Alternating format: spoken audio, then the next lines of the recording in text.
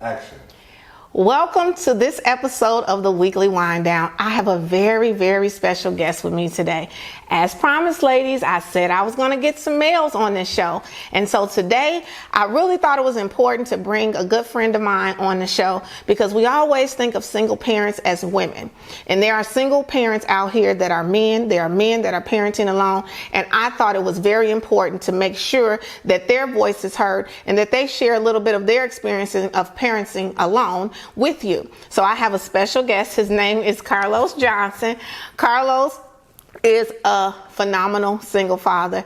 He works, he makes sure that he takes care of his 11-year-old daughter Zion, and provides her with everything that she needs in order to grow into the strong black queen that we know she's going to be. So Carlos, thank you so much for joining me today. Thank you for having me. Okay, so I'm just gonna tell you, relax. You see, Carlos got his drink because you know we gotta relax on this show, especially when we talking about this kind of stuff. So Carlos, first let me just ask you: would you rather be called a single parent, or would you like people just say you're parenting alone? Parenting alone, just a parent. You know, doing what I have to do. Okay, all right, that makes sense. Y'all hear that? All right, so my guest on part one, I told her to kind of explain some of the experiences that she experiences as a single mom. What are some experiences that you think you experience as a single dad that may be different than something that I may experience as a single mom? Well, especially to a daughter, because we're talking about to a daughter. That's what I was about to say. Just having a daughter, it's pretty much different than having a son, because I have to do things a lot different. You know, especially when it comes to getting her hair done and maybe You don't do it yourself? I have. Okay. I have. You know, I wash her and you wash what? Wash her hair. Her hair. Where are you from? With that accent, I gotta ask. Where are you from? Where are you from, Carlos? St. Louis. Originally from St. Louis. All right, Midwest. All right, go ahead. So I'm sorry. It's all good. But yeah, just raising a female is a lot different from raising a male, because just things like that, trying to learn how to wash her hair, or taking her to go get her hair braided, because I don't have time to try to do her hair in the morning. So just things like that, and trying to. You haven't dealt with the other stuff yet, have you? No, You ready? I've been prepping. Okay. You know, I got people in my circle that, you know, that can help out with it. And, okay. You know, she got books that she can read, so she's aware of what's going on. But okay.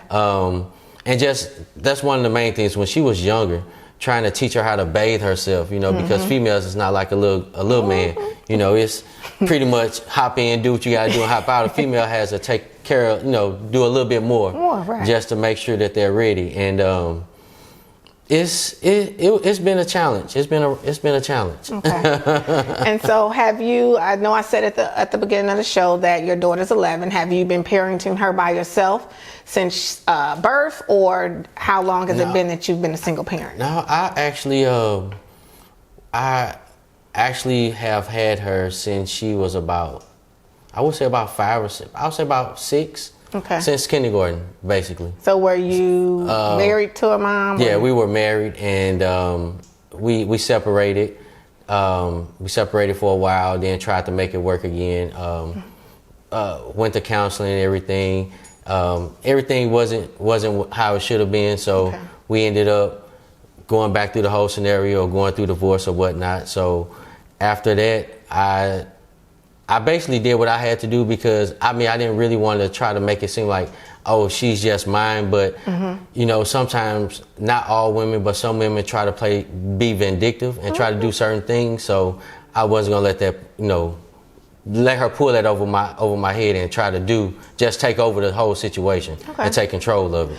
And I'm going to go ahead and give a disclaimer on this show. We say I'm a real woman. I'm having real talk for everyone to have real growth. So what that means is you ain't got to sugarcoat nothing for me.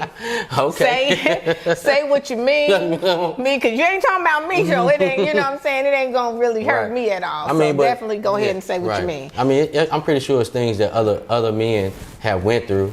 But I just I wasn't going to be that type of person to just let it go. So you filed for sole custody? Or? Well, when I filed for it, because I was the one that filed for the divorce, I filed for just to have the primary care of the child. Okay. Because she was just doing, when we were separated, she would do certain things when she had a kid that I didn't agree with, and I just wasn't going to let that, go that way. Okay.